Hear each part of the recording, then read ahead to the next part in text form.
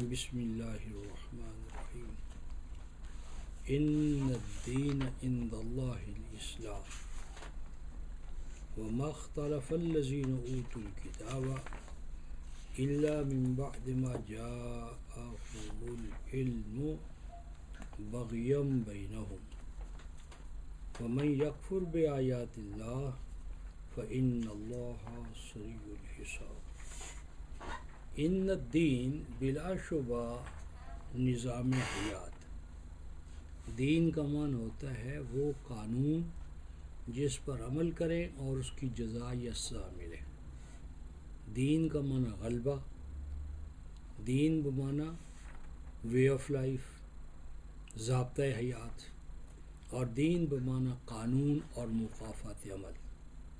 تو ان الدین عند اللہ الاسلام، ضابطۂ حیات جو اللہ تعالیٰ کے ہاں معتبر ہے وہ اسلام ہے۔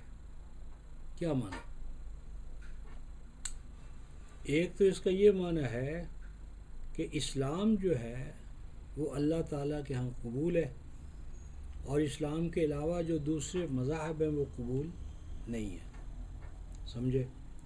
یعنی وے آف لائف کے طور پر اسلام ایکسیپٹڈ، اور اسلام کے علاوہ جو وے آف لائف ہیں وہ ان ایکسیپٹڈ۔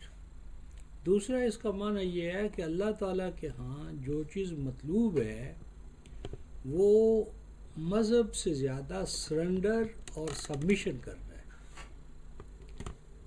یعنی اللہ تعالیٰ جو پسند فرماتے ہیں وہ سبمیشن فرماتے ہیں، کہ اگر آپ ایک مذہب تو آپ کا بہت اعلیٰ ہے، لیکن آپ اپنے رب کے سامنے سبمیشن نہیں کرتے، سرنڈر نہیں کرتے، اس کے قانون اور نظام پر چلتے نہیں ہیں، تو یہ چیز آپ کو فائدہ نہیں پہنچائے گی۔ یعنی اللہ تعالیٰ نے جس چیز کو وے آف لائف قرار ہے وہ کیا ہے؟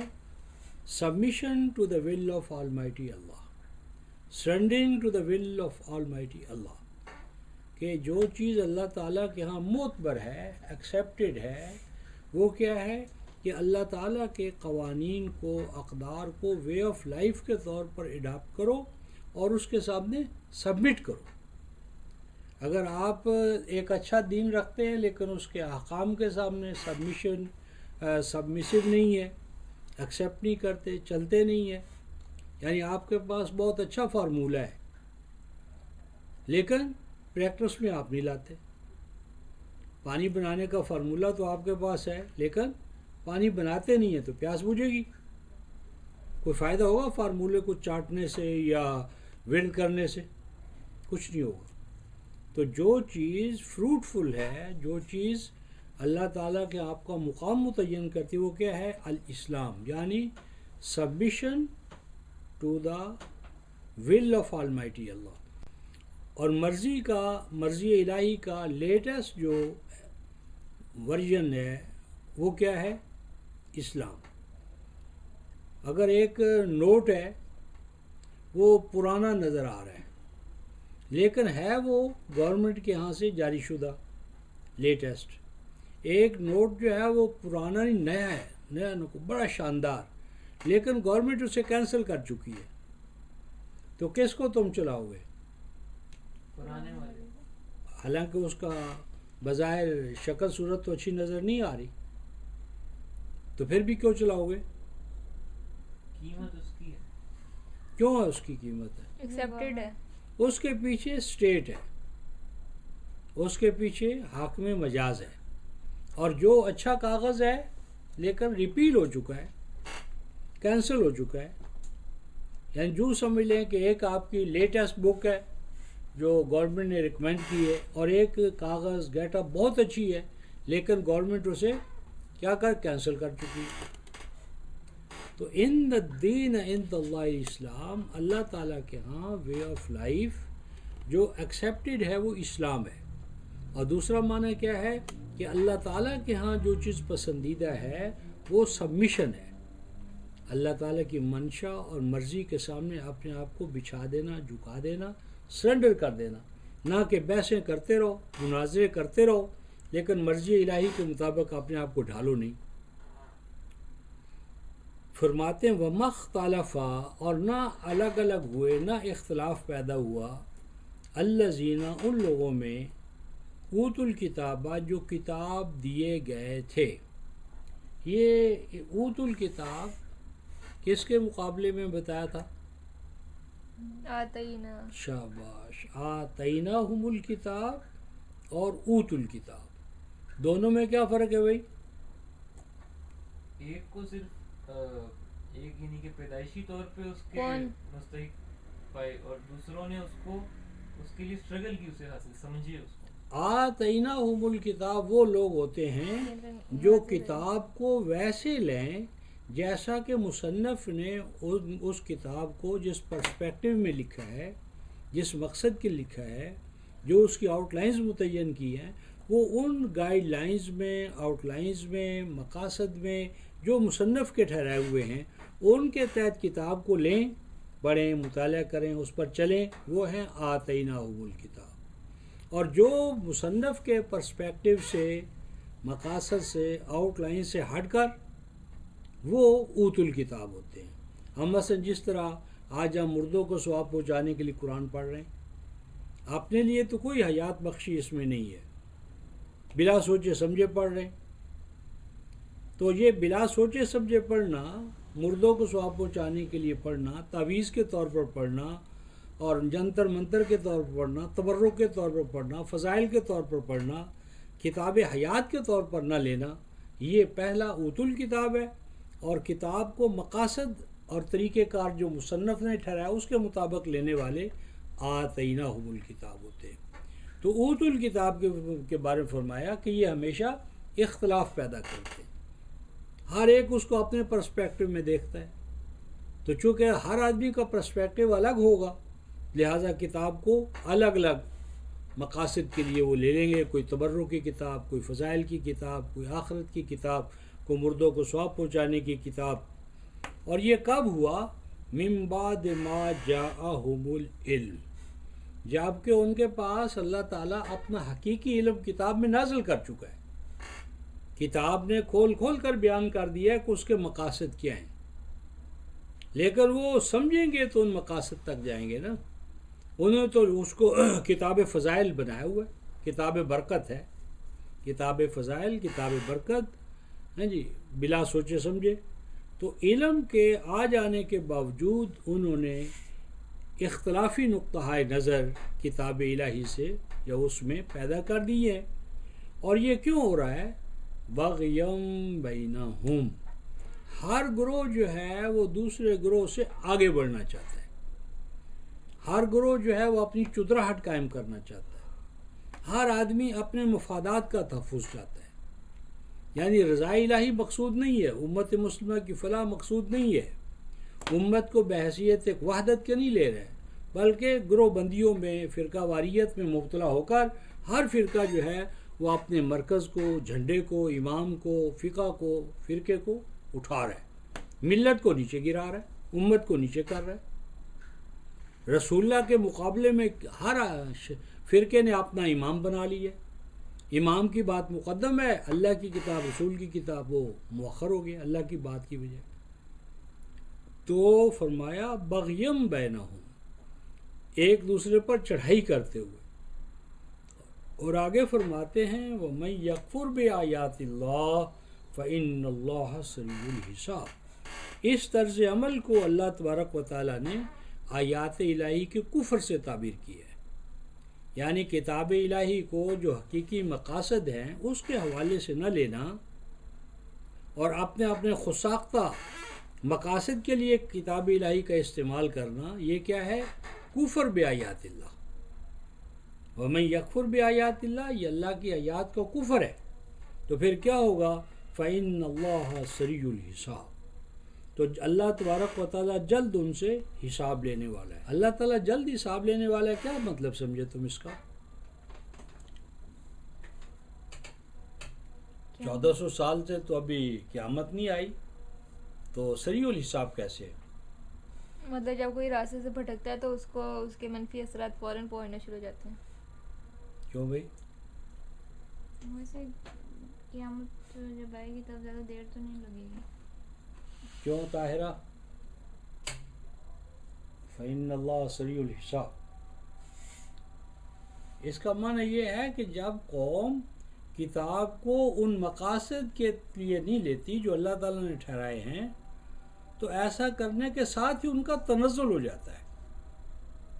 وہ غلبہ ختم کر بیٹھتے ہیں، اخوت ختم ہو جاتی ہے، بھائی چارہ ختم ہو جاتا ہے، مساوات ختم ہو جاتی ہے، تالیف قلوب ختم ہو جاتی ہے، فوراً دلوں میں نفرتیں پیدا ہو جاتی ہیں، مار دھاڑ شروع ہو جاتا ہے، احترام متبادل. اب دیکھو اذان آ رہی ہے نا، تو ہم پہلے سن لیں کہ بھئی یہ بریلویوں کی اذان ہے، دیوبندیوں کی اذان ہے، اہل حدیثوں کی ہے، ہم بیٹھے رہیں گے.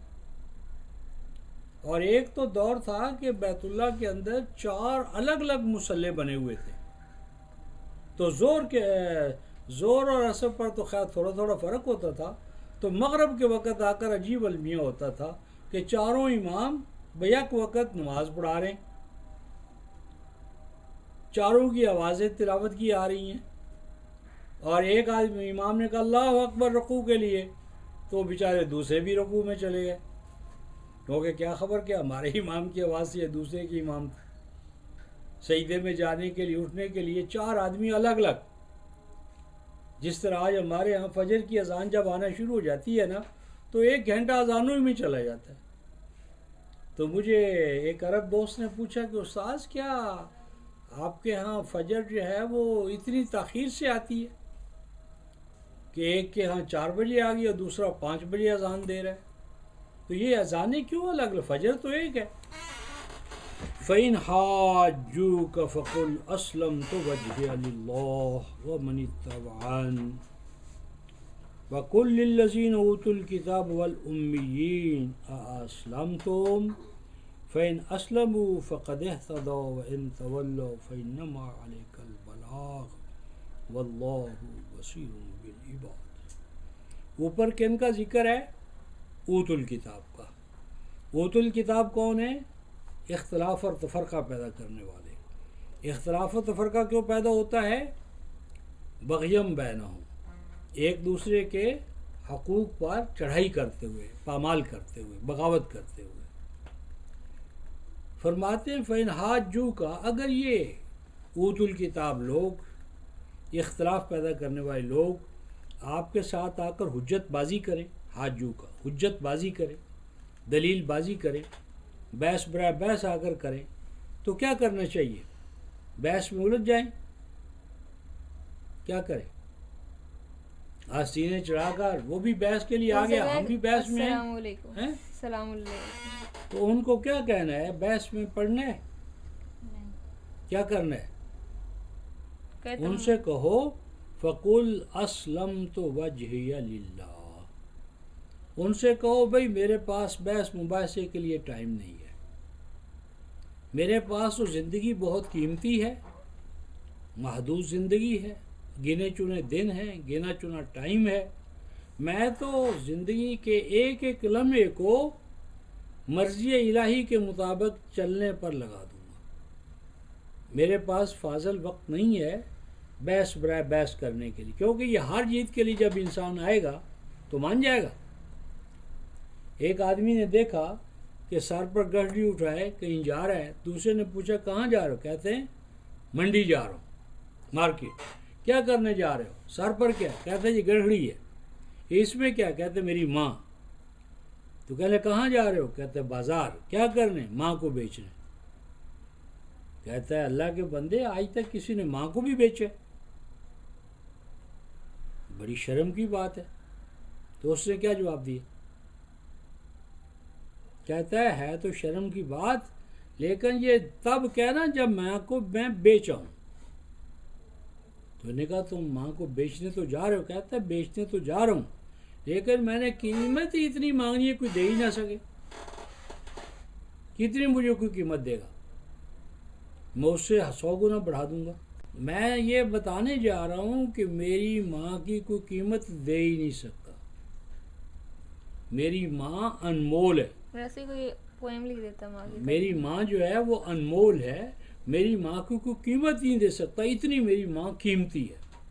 دونوں جہان اکٹھے ہو جائیں تو پھر میری ماں کی قیمت تو پھر بھی زیادہ. یہ دنیا پر میں شو کرنا چاہتا ہوں کہ میری ماں انمول ہے، اس کی کوئی قیمت ہی ادا نہیں کر سکتا، میں تو اس لیے جا رہا ہوں۔ تو اب ایسے آدمی کو آپ کتنی قیمت دیں گے وہ اور اوپر چڑھ جائے۔ تو اس لیے فرمایا ان سے کہو فین حاجو کا، اگر آپ کے ساتھ جو حجت بازی پر اتر آئیں، بحث برائے بحث میں وقت ضائع کریں، تو ان سے کہو اسلمت وجہی للہ، میں نے تو جھکا دیا، نثار کر دیا، قربان کر دیا اپنے آپ کو، وجہیہ اپنی ذات کو۔ ویسے لفظی ترجمہ چہرہ ہے، لیکن عربوں کے ہاں وجہ کنایہ ہوتا ہے ذات سے، ٹوٹل پرسنالٹی سے۔ تو میں نے تو اپنی ٹوٹل پرسنالٹی کو سرنڈر کر دیا اپنے رب کے، للہ، اللہ کو پانے کے لیے۔ اور آگے کیا فرماتے ہیں؟ وَمَنِ اتَّبَعَنِ، یہ نون کے نیچے زیر کیوں ہے بھائی؟ یہ نی ہوگا میرا خیال ہے، تو وہ وزن روی کے لیے۔ ہاں، من اتبعنی ہے اصل میں نے بھی اپنے آپ کو سرنڈر کر دیا اللہ کے سامنے، اور ہر اس شخص نے جو میرے پیچھے پیچھے چلنے والا ہے، جو میری اتباع کرنے والا ہے، جو میرا امتی ہے، جو میرا فالوور ہے۔ یعنی میرا اور آپ کا کام بھی بحث برائے بحث کرنا نہیں ہے، debate for the sake of debate, بحث سینگ جو ہے نا، سینگ میں سینگ اڑ گیا ہے، اب کب نکلے گا اللہ ہی جانتا ہے۔ دونوں مقابلہ کر رہے ہیں، تو اس نے کہا جی اب جا کر گھر والوں کو کہہ دے کہ وہ روٹی یہیں بھیج دیں، کیونکہ سینگ میں سینگ اڑ گیا ہے، پتہ نہیں یہ کب نکلے گا۔ تو فرمایا کہ میں اور میرے ساتھی، انہوں نے تو فیصلہ کر لیا کہ ہم اپنے آپ کو جھکا دیں گے، قربان کر دیں گے، لگا دیں گے اللہ کی رضا پر۔ اور آپ کہیے وقل، اور اعلان کیجئے، کہہ دیجئے، للذین اوتوا الکتاب، ان لوگوں کے لیے جو کتاب دیے گئے ہیں آتینا کے مقابلے میں، والامیین، ایک ہیں اوتوا الکتاب اور ایک ہیں امیین، دونوں میں کیا فرق ہے؟ اوتوا الکتاب علماء جو کہ کتاب الہی کے مقاصد سے ہٹے ہوئے، یہ اوتوا الکتاب ہیں۔ اور امیین کون ہیں؟ امیین ہیں ان کے جاہل فالورز۔ 279 میں پہلے ہم نے پڑھا ہے وَمِنْهُمْ أُمِّيُّونَ، کون؟ لا يعلمون الکتاب الا امانی، وہ کتاب کو تو جانتے ہی نہیں، ہاں قصے، کہانیاں، روایتیں انہیں بڑی آتی ہیں۔ لا يعلمون الکتاب، کتاب نہیں انہیں معلوم، لیکن الا امانی، یا قصے سن لو، کہانیاں سن لو۔ یعنی ہمارے ہاں کیا ہے، بائبل کے، تالمود کے قصے مولویوں نے اتنے عام کیے ہیں کہ بچے کو معلوم ہو، کتاب معلوم ہو، قرآن کا ٹیکسٹ معلوم ہو یا نہ ہو، خضر علیہ السلام کا قصہ، اصحاب کہف کا قصہ، اور اصحاب کہف کے نام کیا تھے، ان کے ماں باپ کے نام کیا تھے، کتے کے نام کیا تھے، جو اصحاب کہف کا کتوں کے نام کیا تھے، وہ کھاتا کیا تھا، اس کا رنگ کیا تھا، یہ ساری چیزیں آپ کو تفصیلات سے مل جائیں گی۔ تو یہ کیا ہے؟ یہ عذاب الہی ہے کہ جو نام نہاد علماء ہیں والامیین، اور جو ان کے بلائنڈ فیتھ رکھنے والے اندھے مقلد ہیں، فالورز ہیں، ان سے کہو اسلمتم، کیا تم اپنے آپ کو سرنڈر کرتے ہو حکم الہی کے، منشا الہی، کیا سرنڈر کرتے ہو؟ فَإِنْ أَسْلَمُوا، اگر وہ سرنڈر کر دیں، قربان کر دیں، جھکا دیں اپنے آپ کو، فَقَدْ اهْتَدَوْا، تو تب وہ ہدایت کے مقصود کو پالیں گے۔ اہتدا کیا ہے؟ یہ باب افتعال ہے، اہتدا یہتدی، ہدایت کے مقصود کو پا لینا۔ اب جس طرح میں نے کہا تھا سیدھا راستہ ہے، ساری زندگی چلتے رہے تو بڑی اچھی بات ہے۔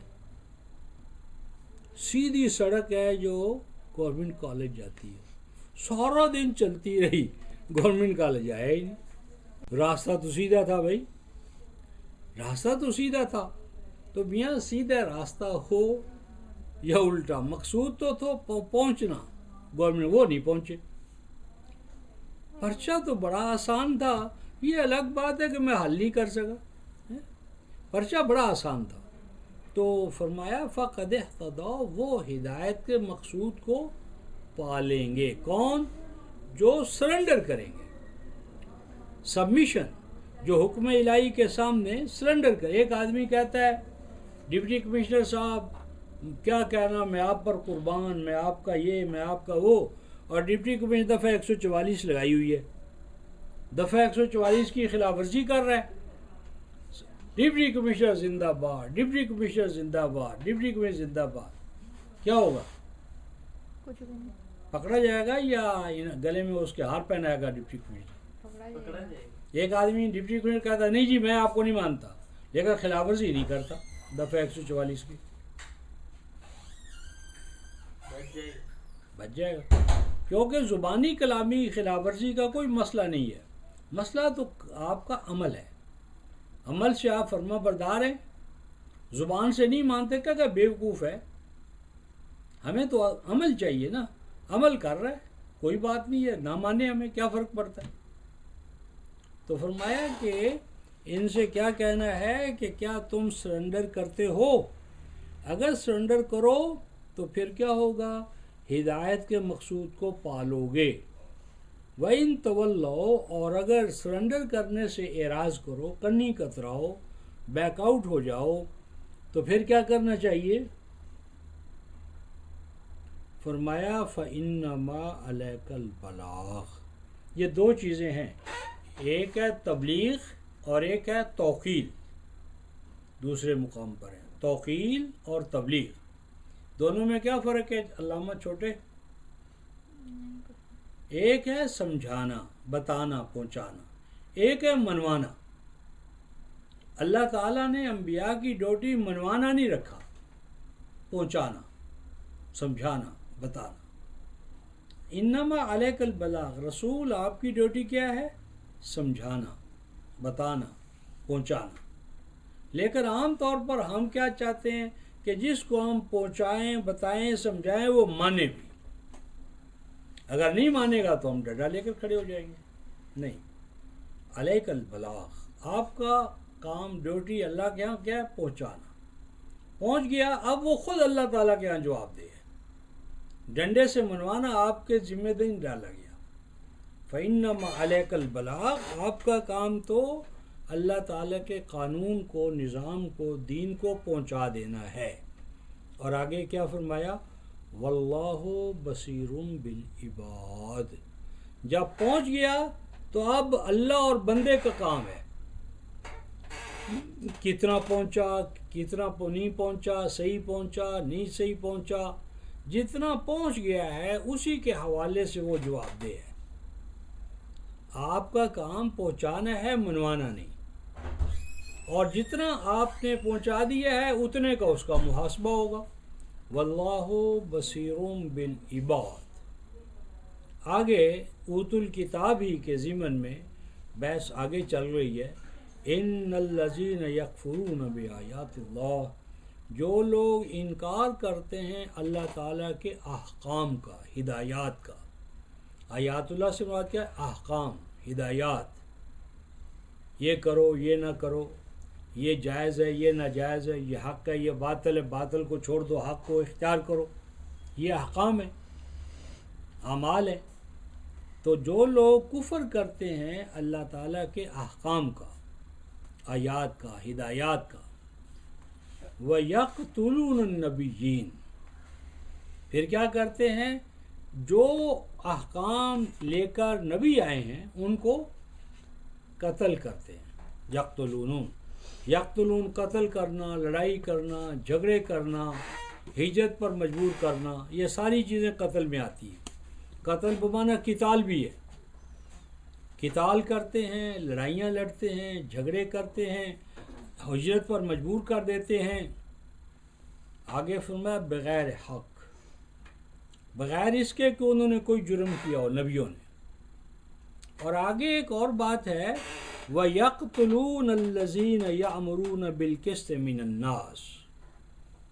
یہ جو دوسرا حصہ ہے نا، اور قتل کرتے ان لوگوں کو جو نبی تو نہیں ہیں لیکن نبیوں کے جانشین ہیں. ان جانشینوں کو قتل کرتے ہیں جو لوگوں میں عدل کا، انصاف کا، عدالت کے قیام کا حکم دیتے ہیں. تو یہ جو ہمارے ہاں علامہ سعید جولس سعید ہیں، جولس سعید اطال اللہ، انہوں نے پہلی دفعہ میں نے یہ دیکھا ہے کہ ان کے خطبے میں یہ آیت ہے. میں نے کسی اور خطیب کے خطبے میں یہ بات نہیں دیکھی، نہ بڑے علامے، نہ چھوٹے، نہ کسی اپنی پوری زندگی میں. وہ یوں کرتے ہیں کہ کیا ہوتا ہے، سلام علی عبادہ الذین اصطفیٰ، یا سلام علی الانبیاء وعلی الذین یامرون بالقسط من الناس، سلام علی المرسلین وعلی الذین یامرون بالقسط من الناس. ان کے ہر خطبے میں یہ چیز ہوگی، انبیاء ہوں گے اور انبیاء کے ساتھ ہوں گے وَالَّذِينَ يَأْمُرُونَ بِالْقِسْطِ مِنَ النَّاسِ یا آمرین بالقسط من الناس. تو یہ میں نے شعور ان کے ہاں دیکھا ہے کہ وہ عدل کو بہت بڑا مقام دیتے ہیں، اقامت صلاۃ اور اطاعت زکوٰۃ سے بھی زیادہ. اور حقیقت یہ ہے کہ انبیاء علیہ السلام کا اور نبی پاک صلی اللہ علیہ وسلم کا جو مقصود ہے بعثت کا، یہ ذرا دیکھو 42 سورہ ہے، 42 سورہ شورى آیت نمبر 13 اور 14. جو وہ انصاف کرنے والوں کی تعریف کرتے ہیں یا ان کی یعنی کہ شہید ہو جانے؟ جی وہ کہتے ہیں کہ یہ جو لوگ دنیا میں عدالت کے قیام کی منادی کرتے ہیں، یہ ہمارا آئیڈیل ہے، ہم ان کو اپنا امام مانتے ہیں. تو کیا فرماتے ہیں کہ کابورا علی المشرکین ما تدعوہم الیہ، بہت شاق گزرتی ہے، گراں گزرتی ہے مشرکوں پر کیا چیز، ما تدعوہم الیہ، جو اے رسول جو آپ دعوت دیتے ہیں. کیا معنی کہ رسولی دعوت جب بھی آئے گی مشرک اسے چیخے گا. اگر مشرک بھی ہو اور آپ کی دعوت رسولی ہو اور اس پر کوئی ریاکشن نہیں ہوتا، رد عمل نہیں ہوتا، چیختا چلاتا نہیں ہے، تو آپ کی دعوت کے اندر ملاوٹ ہے. رسولی دعوت جب بھی آئے گی وہ مشرکین کے لیے ایک چیلنج ہوگی. اگر مشرک آپ کی دعوت سے بڑے ٹھنڈے دل سے قبول کر بلکہ آپ کو تھیلیاں پیش کرتا ہے تو سمجھ لے آپ نے کہیں ڈنڈی ماری ہے. کابورا بہت شاق گزرتا ہے علی المشرکین، مشرکوں پر، ما تدعوہم الیہ، جو دعوت آپ دیتے ہیں، دعوت توحید. مشرک کبھی دعوت توحید کو قبول نہیں کرے گا. کہو اللہ یجتبی الیہ من یشاء ویہدی الیہ من ینیب. یہ دو مقامات ہیں. عباد مجتبہ، عباد مجتبہ کون ہے؟ انبیاء. اور یہدی الیہ، اور اللہ ہدایت دیتا ہے اپنی جانب. کس کو دیتا ہے ہدایت؟ ہدایت یافتہ کس کو قرار دیتا ہے؟ من ینیب، یعنی یہ ہدایت اللہ تعالیٰ اس کو دے جو ہدایت کا طالب ہوتا ہے. جو ہدایت لینا چاہے گا اسے ہدایت ملے گی نا، جو نہیں لینا چاہتا تو اللہ کی کوئی مجبوری نہیں ہے. فرماتے ہیں وما تفرقوا، اور قوموں میں فرقے پیدا نہ ہوئے امتوں میں مگر جب آ گیا ان کے پاس علم. علم کے بعد اختلاف پیدا ہوا. اور کیوں پیدا ہوا؟ بغیم بینہم، باہم ایک دوسرے پر چڑھائی کرنے کے لیے، بڑا بننے کے لیے، ایک دوسرے سے اپنی بڑائی اور کبریائی کا خناس جو ذہنوں میں تھا اس کو پورا کرنے کے لیے. اور اگر تیرے رب کا پہلے سے قانون نہ طے ہو چکا ہوتا، کیا کہ حیات دنیا میں اس بنیاد پر پکڑنی ہوگی فوری طور پر. اختیار ہے، ارادہ ہے، آپ کو اختیار ارادہ دیا گیا ہے. کمرہ امتحان میں جو کچھ آپ کو ملتا ہے وہ آپ کا استحقاق ہوتا ہے یا گورنمنٹ کا نظام ہوتا ہے؟ لہٰذا حیات دنیا میں جو ہمیں اعضاء ملے، ہاتھ، دل، دماغ، سارا، یہ ہمیں آلات ملے ہیں اس ابتلاء کو پاس کرنے کے لیے. تو کیا فرماتے ہیں کہ اگر یہ پہلے سے طے نہ کر دیا جاتا کہ سب کچھ ملے گا، لقضی بینہم، تو ان کے مابین فیصلہ ہو چکا ہوتا. آگے دیکھیے، بہت عظیم، یہ میری یعنی بہت پیٹ آیت ہے جس پر میں بہت گھنٹوں درس دیتا ہوں. وَإِنَّ الَّذِينَ اُرْسُوا الْكِتَابَ، اور بلا شبہ وہ لوگ جو کتاب کے وارث بنائے گئے، وارث ہوئے نہیں، اورسو نہیں آیا، وارثو نہیں آیا، پورے فعل مجہول ہے، کسی نہ کسی طرح مسلمانوں کے گھر میں پیدا ہو گیا، مسلمانوں کی کتاب ہاتھ میں آ گئی، لیکن اختلاف و تفرقے کی وجہ سے بات کیا ہے؟ لفی شک منہ مریب، یہ ہمارا حال ہے۔ اختلاف و تفرقہ جب پیدا ہو جاتا ہے اور وہ پھر اسٹیبلش ہو جاتا ہے، ایک نسل، دوسری نسل، تیسری نسل، تو پھر کیا ہوتا ہے؟ آنے والی نسلوں کا کتاب کی اتھینٹسٹی پر ایمان شیک ہو جاتا ہے، یقین نہیں رہتا انہیں۔ آج ہمارا جو ہے کہ کون سا اسلام جی؟ دیوبندیوں والا، بریلویوں والا، نورانی صاحب والا، مفتی محمود والا، مودودی صاحب والا، غامدی صاحب والا، ڈاکٹر صاحب والا، کون سا اسلام؟ شود پریشان خواب من از کثرت تعبیرہ، میں نے اپنا خواب بتایا، اس کو بھی بتایا، اس نے ایک تعبیر بتائی، اسے بتایا، اس نے ایک اور تعبیر بتائی، ذکیہ اس نے ایک اور تعبیر، منیب ایک اور تعبیر، قرہ ایک اور تعبیر، تو کہتا ہے میں تو اپنا اصل خواب ہی بھول گیا۔ شد پریشاں خواب من از کثرت تعبیر ہا، لوگوں نے اتنے میرے خواب کی تعبیریں الگ الگ بتائیں کہ میں سوچ ہی میں پڑ گیا کہ میں نے خواب اصل دیکھا کیا تھا، کیا خواب دیکھا تھا، اب مجھے خواب ہی یاد نہیں رہا۔ دنیا جہان کی تعبیریں ہو گئی ہیں اور میرا خواب ذہن سے نکل گیا۔ تو فرماتے ہیں اوہو لفی شک منہ مریب، اختلاف اور تفرقے سے، نئی نئی تعبیرات سے کتاب کی جو اتھینٹسٹی ہے اس کے بارے میں وہ ڈاؤٹ کریٹنگ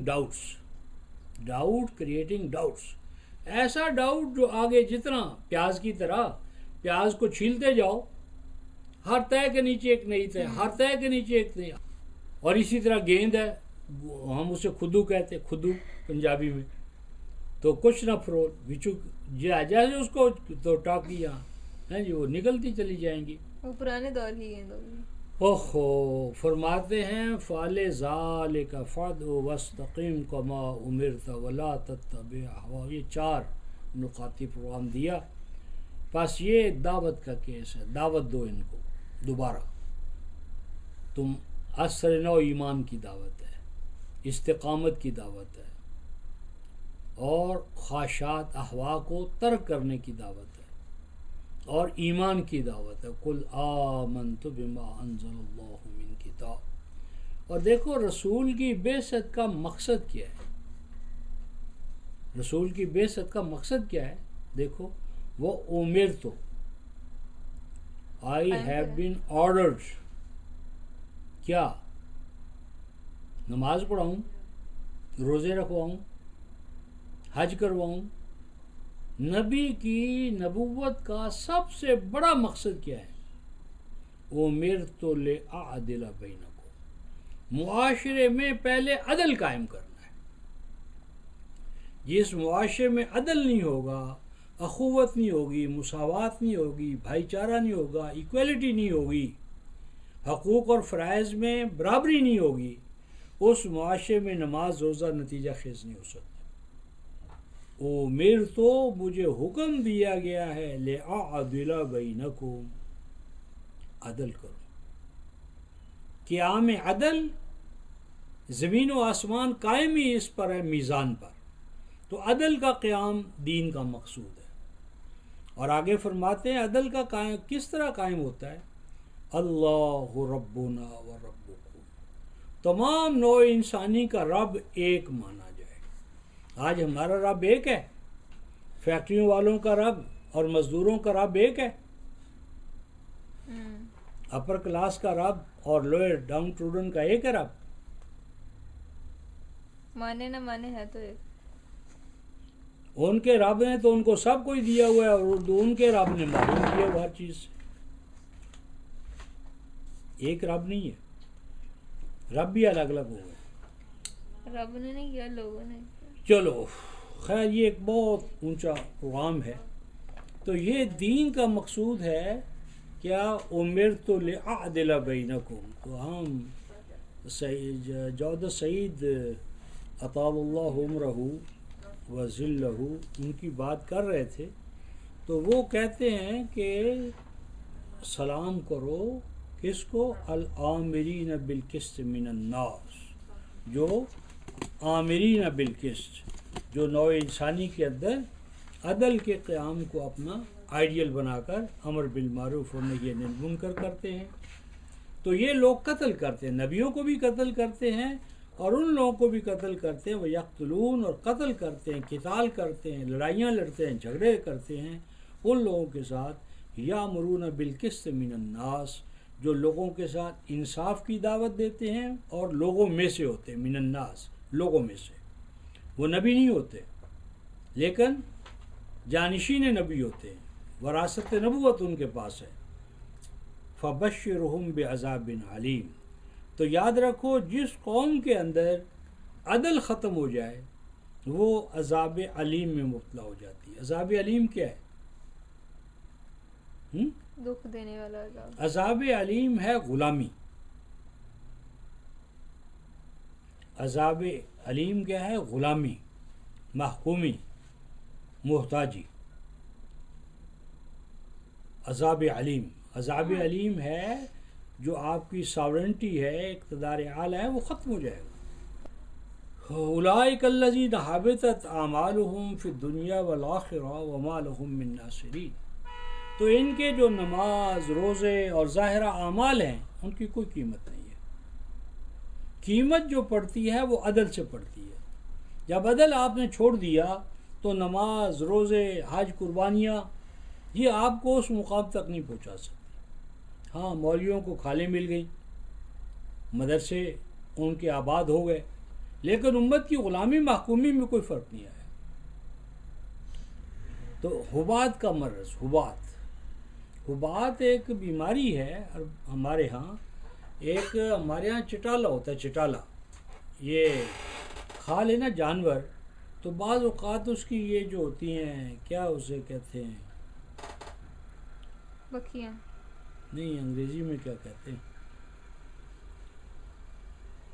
تو وہ اس کے اندر نا ہوا بھر جاتی ہے اور بہت موٹا تازہ نظر آتا ہے، لیکن اگر وہ ہوا نہ نکال جائے تو موت کا باعث بنتا ہے. عربوں کے ہاں اس مرض کو حبات کہتے ہیں کہ بڑے پھولے ہوئے. مولویوں کو دیکھو، ان کے چہرے دیکھو، شکلیں دیکھو، اور وہ جس طرح موٹے تازے ہوتے ہیں، لیکن کون؟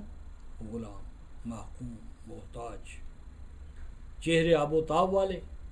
اور سارے سلام کس کو کرنا ہے جی؟ انگریز کو. انگریز کے دربار میں سلامی دینے کے لیے سارے قطار اندر قطار کھڑے ہیں. حیات دنیا اور حیات آخرہ کے اعمال حبات کا مرض ہو گیا. وما لهم من ناصرین، اور کہیں سے ان کو قانون الہی کے مقابلے میں مدد نہیں مل رہی، ایڈ نہیں مل رہی. یعنی ایڈ ملنے سے کیا مراد ہے؟ ایڈ تو ان کو ملتی ہے.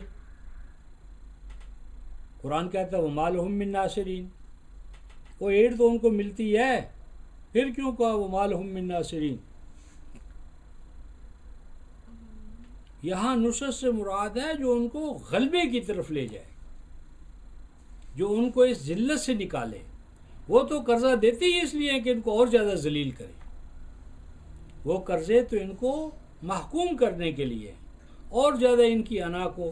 وہ آیا نا، کیا تھا وہ جو جس کے نام پر وہ بل پاس نہیں ہوا، کیری لوگ، ہاں کیری. تو اس نے کہا ٹھیک ہے، اگر آپ کو ہماری شرائط منظور تو قرض نہ لے، ہم نے آپ کو کون مجبور کرتے، نہ لے آپ. اس کو پتہ ہے اب ان کو تو چسکا لگ چکا ہے، انہوں نے تو لینا ہی لینا ہے. آپ نہیں شراب پیتے بھی نہ پیو، میں نے کب تمہیں مجبور کیا. ان کو پتہ ہے کہ یہ رسیہ ہو چکے، ایک دن بھی نہیں گزاریں گے. تو وما لهم من ناصرین کا معنی یہ ہے کہ ان کو وہ نصرت نہیں ملے گی جو ان کو عزت کی طرف لے جائے اور ان کو مقام بلند کی طرف لے جائے. ہاں، محکومی اور ذلت کی طرف جانے والی ایڈز تو ملتی رہیں گی، جو دراصل ایڈز بیماری ہے. تو آگے ایک بہت بڑی آیت آ رہی ہے اور اس میں ہمارے مسائل کا حل آ رہا ہے. اگر ایسی سچویشن امت مسلمہ میں بھی پیدا ہو جائے تو کیا مہدی علیہ السلام کا انتظار کرنا چاہیے یا مسیح علیہ السلام کی راہ تکنی چاہیے؟ کیا کرنا چاہیے؟ اگر اس طرح کی سچویشن ہمارے اندر بھی پیدا ہو جائے تو اس کا حل کیا ہے؟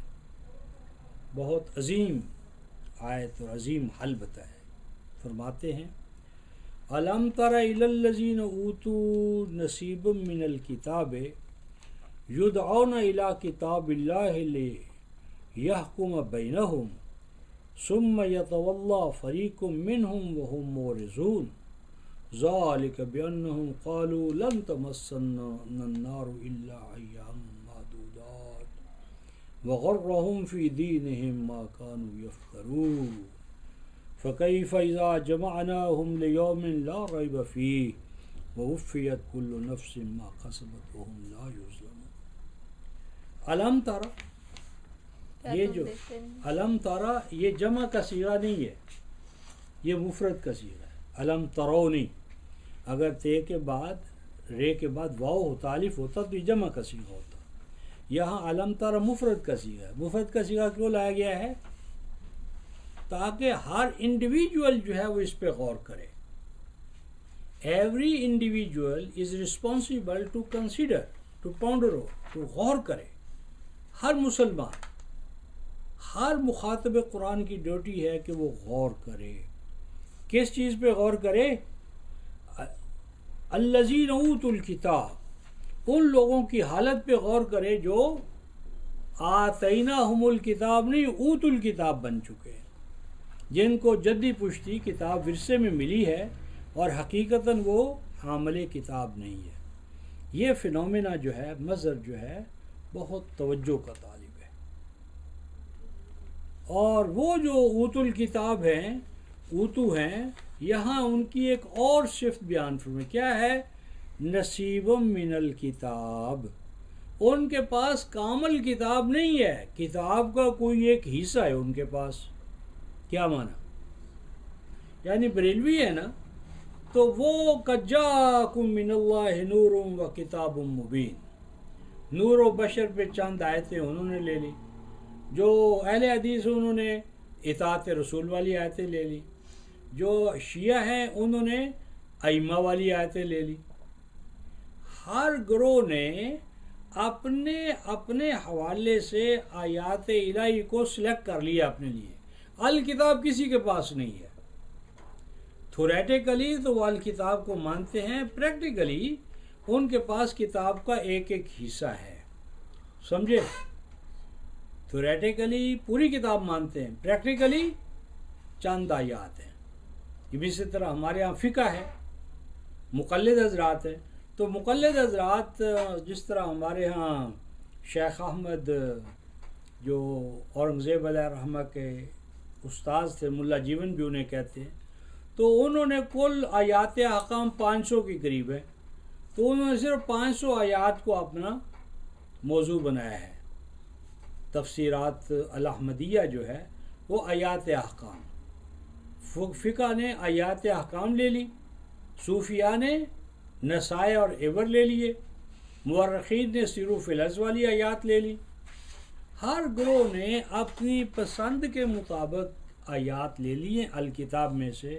کسی کے پاس الکتاب نہیں ہے، نصیب من الکتاب ہے. اچھا، اگر یہ ہو جائے تو پھر ہمیں کیا کرنا چاہیے؟ اگر امت میں یہ رجحان، یہ روش عام ہو جائے تو ہمیں کیا کرنا چاہیے؟ کیا کرنا چاہیے؟ 24 صفحہ. کیا ہم پہلی آیت. مسیح کی آمد کا انتظار کریں، مہدی کے ظہور کا انتظار کریں، یا کسی شخص کے ہاتھ پر بیعت کریں؟ کیا کریں ایسے حالات کو تبدیل کرنے کے لیے؟ فرماتے ہیں یدعون الی کتاب اللہ. اس کا حل یہ ہے کہ دعوت دینے والا گروہ پیدا ہو، دائی جماعت پیدا ہو. دعوت کس کی دی جائے؟ شخصیات کی دعوت دی جائے. آؤ جی ہمارے امام کے پاس آؤ، ہمارے ڈاکٹر صاحب کے پاس آؤ، ہمارے علامہ صاحب کے پاس آؤ. کیا کریں ہم؟ یدعون کے بعد دیکھو کیا؟ الی کتاب اللہ. کسی شخصیت کی طرف دعوت مت دو. یعنی آپ صلی اللہ علیہ وسلم کی حیات طیبہ سے، بعثت سے ایج آف آئیڈیالوجی شروع ہوا ہے، ایج آف پرسنالٹی اپنے اختتام کو پہنچا. ہم ایج آف آئیڈیالوجی میں رہ رہے ہیں، ایج آف پرسنالٹی میں نہیں. نبی پاک صلی اللہ علیہ وسلم نے آئیڈیالوجی کا دور شروع کیا ہے، پرسنالٹیز کا نہیں. لیکن ہم زندہ پرسنالٹیز کے ایج میں رہ رہے ہیں. تو آج بھی ہم شخصیت پرستی مبتلا ہے، ائمہ پرستی، فقہا پرستی، اکابر پرستی، مشائخ پرستی، یہ پرستش کے طور طریقے رہ گئے ہیں. لیکن وہ جو تھا کہ یدعون فعل مجہول ہے، ان کو دعوت دو، دعوت دی جائے ادھر الی کتاب اللہ، کتاب الہی کی طرف ان کو بلاؤ، قرآن کی طرف بلاؤ، الفرقان کی طرف بلاؤ. اور القرآن کی طرف کس طرح کا بلانا ہے؟ بلاتے تو ہم بھی، آؤ جی فلاں صاحب مر گئے ہیں، ان کی روح کو ثواب پہنچانا، آؤ قرآن پڑھیں، یا آؤ تراویح پڑھیں، آؤ فلاں مجالس تو ہم بھی برپا کرتے ہیں، اور اس میں کتاب بھی پڑھی جاتی ہے. تو کون سا قرآن کی طرف دعوت دینی چاہیے؟ کس انداز میں؟ قرآن کا کیا پہلو ہے جس کو نمایاں کرنا چاہیے؟ کیا فرمایا؟ لِیَحْکُمَ بَیْنَہُم، کہ آؤ میاں تمہارے اور ہمارے مسائل کا حل کس کے پاس ہے؟ اللہ کی کتاب کے پاس. اللہ کی کتاب کی حاکمیت کے قیام کی دعوت ہونی چاہیے کہ کتاب الہی حاکم ہے تمہارے اور میرے مابین. ہم اپنے اور تمہارے مسائل صرف اللہ کی کتاب سے حل کریں گے. جس کو اللہ کی کتاب صحیح کہے صحیح مان جاؤ، جس کو غلط کہے اس کو غلط مان لو. اللہ کی کتاب کے پاس مسائل لاؤ، جس کو اللہ کی کتاب صحیح کہے صحیح، جو غلط کہے غلط. یہ ہے مسئلہ کا حل. شخصیات کا مسئلہ نہیں ہے، کسی کے ہاتھ پہ بیعت لانے کا مسئلہ نہیں ہے، کسی کو معصوم اور مختار ماننے کا مسئلہ نہیں ہے. کتاب الہی کے پاس آؤ. کیوں آؤ؟ لِیَحْکُمَ بَیْنَہُم، کہ کتاب الہی تمہارے اور ہمارے مابین تمام اختلافات کو حل کرے گی، اللہ کا فیصلہ بتا دے گی. لیکن پھر دیکھو جو 1400 سال پہلے ہوا تھا آج بھی وہی ہوگا. کیا فرماتے ہیں؟ ثُمَّ يَتَوَلَّىٰ فَرِيقٌ مِّنْهُمْ وَهُمْ مُعْرِضُونَ. یہ پکار، یہ دعوت سن کر ایک فرقہ پرست گروہ، فریق جن کو فرقے پیارے ہیں، وہ یہ دعوت کبھی قبول نہیں کرے گا. جن کو اپنی اپنی فرقہ واریتوں میں، مسجدوں میں چندے مل رہے ہیں، منصب مل رہے ہیں، ہاں جی ایم پی ایز بنتے، ایم این ایز بنتے اپنے اپنے فرقے کی بنیاد پر، وہ یہ دعوت کیوں قبول کریں گے؟ اس وقت بھی قبول نہیں کی تھی، آج بھی نہیں کریں گے. ثُمَّ يَتَوَلَّىٰ فَرِيقٌ مِّنْهُمْ، انہی میں سے، اوت الکتاب میں سے گروہ در گروہ فرقے ہیں جو کہیں گے نہیں صاحب ہم تو یہ قبول نہیں کریں گے. وَهُمْ مُعْرِضُونَ، فرمایا آج بھی ان کو یہ دعوت دو تو فرقہ پرستی ان کے راستے کی رکاوٹ بن جائے گی. آج بھی کہیں گے نہیں. فرقہ وارانہ آرزوئیں مقدم ہو گئی ہیں. اور یہ بیماری امتوں میں پیدا کیوں ہوتی ہے؟ یہ بیماری کیوں پیدا ہوتی ہے؟ کیوں؟ فائدے ہو جاتے ہیں اس سے. آگے دیکھیے. ذالک، یہ بیماری اس لیے پیدا ہو گئی، یہ جڑ اس لیے قائم ہو گئی ہے بِأَنَّهُمْ قَالُوا لَن تَمَسَّنَا النَّارُ إِلَّا أَيَّامٌ مَّعْدُودَاتٌ. مولویوں نے ان کے ذہن میں ڈال دیا ہے کہ اللہ کے بندوں کچھ نہیں ہونا، رسول شفیع المذنبین ہیں. رسول بھی ہیں، ہمارے مشائخ بھی ہیں، ہمارے اکابر بھی ہیں، اور ہمارے عبد القادر جیلانی بھی ہیں، ہمارے پیر بھی ہیں. تو ایک ایک پیر ہمارا، ایک ایک مجدد الفسانی اور ہمارے عبد القادر جیلانی، اور پھر رسول، وہ تو ہیں ہی ہمیں گناہوں سے قیامت میں نجات تو انہیں دلائی دینی ہے. کیا ضرورت ہے بھئی ہم اپنے آپ کو احکام کا پابند بنائیں؟ کیا ضرورت ہے؟ کیا ہمارا رسول شفیع المذنبین نہیں ہے؟ کیا تم رسول اللہ کی شفاعت پر ایمان نہیں رکھتے ہو؟ مردود تم بتاؤ. آگے کہتے ہمیں، اور تم نہیں مانتے شفیع المذنبین؟ مجرم جو ہے وہ کہتا ہے نہیں رسول شفیع المذنبین ہے یا نہیں؟ اب تم کہو تم مردود ہو یار، رسول کو شفیع المذنبین نہیں مانتے یار، وہ تو واحد سہارا ہے ہمارے لیے. اور پھر کہیں گے شفاعتی لأہل الکبائر من امتی، بڑے بڑے جرائم پیشہ جو ہوں گے نا، رسول اپنی شفاعت سے ان کو سب سے پہلے جنت میں لے جائیں گے. دوسرے لوگ تو پیچھے انتظار ہی کرتے رہیں گے نا. بڑے بڑے مجرموں کو رسول آ کے آؤ بھی میری شفاعت سے فائدہ اٹھاؤ، تو سب سے پہلے تو بڑے مجرم جو ہے نا وہ جنت میں جائیں گے یار رسول اللہ کی شفاعت کو. تم تو اپنے اعمال سے جاؤ گے نا، ہم تو رسول کی شفاعت سے جائیں گے. بتاؤ کہ اس کو پہلے جنت ملی. کرتے رہو نیکیاں، کیا فائدہ ہوا بھائی؟ ہمیں تو اللہ کا رسول لے گیا سب سے پہلے، ہم مجرم تھے تو ہمیں پہلے ملی جنت. تم تو بعد میں تمہارا حساب کتاب ہوگا، ہمیں تو رسول ڈائریکٹ لے کر جائیں گے ساتھ. یہ وہ بات ہے لن تمسنا النار، ہرگز ہرگز ہمیں جہنم کی آگ نہیں چھو سکتی، کبھی ہو ہی نہیں سکتا. شفیع المذنبین کی امت اور جہنم میں چلی جائے. اس وقت یہود کہتے تھے، آج ہمارے سارے دیوبندی بریلوی ہے سب، شفاعتی لأہل الکبائر من امتی لن تمسنا النار، ہرگز نہیں چھو سکتی جہنم کی آگ ہمیں، الا ایام معدودات، ہاں کچھ دنوں کے لیے جانا پڑ گیا تو شاید جانا ہی پڑ جائے. جتنی دن وہ یہود تو کہتے تھے جتنے دن موسیٰ تورات لکھوانے کے لیے گئے تھے، تو جتنے دن ہمارے اکابر نے گوسالہ پرستی کی تھی نا 3-4 دن، وہ اتنے دن ہم نے جہنم میں رہنا ہے، باقی نہیں. تو اللہ تعالیٰ فرماتے ہیں وَغَرَّهُمْ فِي دِينِهِمْ مَا كَانُوا يَفْتَرُونَ، فرمایا ان کو مغرور کر دیا دین میں. کس نے؟ ما کانوا یفترون، فیبریکیشنز، دیز آر فیبریکیشنز، خود ساختہ ان کی گھڑی ہوئی اصطلاحیں ہیں. شفاعتی لأہل الکبائر من امتی، قرآن تو یہ کہتا ہے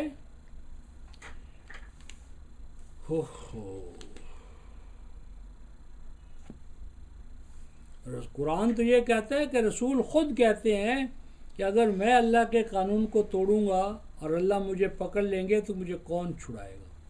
یہ الفاظ ہیں. رسول جس کو کہہ رہے ہیں نا، وہ کہہ رہے ہیں کہ اگر مجھے اللہ نے پکڑ لیا تو مجھے اللہ کی پکڑ سے کون بچائے گا. رسول یہ کہہ رہے ہیں اور یہ رسول کے کھاتے میں ڈال رہے ہیں. سیدہ فاطمہ سے کہا اے فاطمہ اعملی، کام کر، عمل کر، لن اغنی عنک من اللہ من شیء، اللہ کے سامنے جب حساب کتاب ہوگا تو میں تیرے کچھ کام نہیں آؤں گا. اپنی پھوپھی صفیہ سے کہا یا امتی صفیہ اعملی کام کر، لن اغنی عنک من اللہ شیء. پھوپھو کو کہہ دیا، بیٹی عزیز تری کو کہہ دیا، لیکن بدماشوں نے کہا نہیں ہمیں تو لے ہی جائیں گے نا، کیونکہ ہم تو بدماش ہیں، بدماشی کی وجہ سے ہمارا حق ہے. اوہو، فرمایا فَكَيْفَ إِذَا جَمَعْنَاهُمْ لِيَوْمٍ لَا رَيْبَ فِيهِ، کیا ہوگا حال ان کا اس دن جب ہم انہیں جمع کریں گے ایک ایسے دور میں، ایک ایسے حساب کتاب کے لمحے اور گھڑی میں جس کا برپا ہونا اٹل ہے، لا ریب فیہ، جس کے اندر وقوع پذیر ہونے میں کوئی شک اور ڈاؤٹ نہیں ہے. اور وہاں کیا ہوگا؟ وَوُفِّيَتْ كُلُّ نَفْسٍ مَا كَسَبَتْ، اور ہر انسانی ذات نے جو کمائی کی ہوگی، نیکی یا بدی، اچھائی یا برائی، وفیت، وہ پوری کر کے اس کو لوٹا دی جائے گی، پوری جزا و سزا ملے گی ہر انسانی ذات کو، ما کسبت، جو انہوں نے کسب کیا ہوگا، عمل کیا ہوگا. وَهُمْ لَا يُظْلَمُونَ، اور ان کے اوپر کسی طرح کی ظلم کی بات، زیادتی کی بات نہ ہونے پائے گی. ہر چیز کو کلیئر کٹ کھول کر اعمال کے جتنے بھی بدلے ہوں گے وہ سب کو عطا کر دیے جائیں گے، اور کسی کے ساتھ کوئی ظلم جو ہے وہ نہیں ہونے پائے گا. لا ظلم اليوم، یہ ایک مقام دیکھیں 170 صفحے پر، پہلے یہ 169 لے لیں، 169 آیت 104 سورہ الانعام، قد جاءکم بصائر من ربکم، پہنچ گئی روشنیاں تمہارے پاس تمہارے رب کی جانب سے۔ آگے کیا فرمایا علامہ، فمن ابصر فلنفسہ، کیا مانا؟ جو نیکی کرتا ہے وہ اس کے اپنے جس نے اپنے آپ کو روشن کر لیا، آنکھوں والا بنا لیا، جس نے اپنے قلب اور قالب میں قرآن کی روشنی اتار لی، فلنفسہ، وہ اس کی اپنی تو اس کی اپنی ذات کو فائدہ پہنچے گا۔ ومن عامیہ، اور جس نے سورج چمکا آنکھیں بند رکھی، پھر کیا ہوگا؟ فعلیہا، تو اس کا نقصان اس کی اپنی ذات کو ہوگا۔ اور آگے کیا فرمایا؟ وما انا علیکم بحفیظ، اور اگر آنکھیں بند کرنے والوں تم کھڈ اور کھائیوں میں گر جاؤ گے تو میں تمہیں نکالنے کے لیے نہیں آؤں گا۔ وما انا علیکم بحفیظ، اور میں تمہیں نکالنے والا نہیں ہوں۔ میرے اوپر امید لے کر بیٹھے ہو نا، رسول آئیں گے کھڈ کھائی سے نکال لیں گے۔ وما انا علیکم بحفیظ، میں تو تمہیں نکالنے والا نہیں ہوں۔ ایک اور حوالہ دے کے ختم کرتے ہیں، آیت نمبر 15 252 صفحہ، وَإِذَا تُتْلَى عَلَيْهِمْ آيَاتُنَا بَيِّنَاتٍ، اور جب پیش کی جاتی ہیں ان پر ہماری آیتیں دو ٹوک، واضح، کلیئر کٹ، بینات، تو کہنے لگتے ہیں وہ لوگ جو ہم سے امید نہیں رکھتے ملاقات کی، جن کو یقین نہیں ہے کہ ہم نے اپنے رب کے سامنے پیش ہونا ہے، کیا کہتے ہیں؟ نَعْتِ بِقُرْآنٍ غَيْرِ هَذَا أَوْ بَدِّلْهُ، یہ قرآن بڑا سخت ہے یار، نہ کسی نبی، ولی، فرقہ، اختلاف کوئی گنجائش پیدا ہی نہیں کرتا، بڑا سخت ہے، یہ قرآن ہم نے نہیں ماننا۔ کب مانیں گے؟ غیر حاضہ او بدلو، کوئی چینج ہی کرو یار، کوئی ہمارا بھی مقام بناؤ، کوئی ہمارے لیے بھی لحاظ کرو، اس قرآن کی کوئی آیت ہمارے لیے بھی تو پیدا کر دو۔ سارا قرآن عمل عمل عمل عمل، اور ہم بے عملوں اور بد عملوں کے لیے بھی تو کوئی گنجائش پیدا کرو نا، شفاعت ہی کی پیدا کر لو۔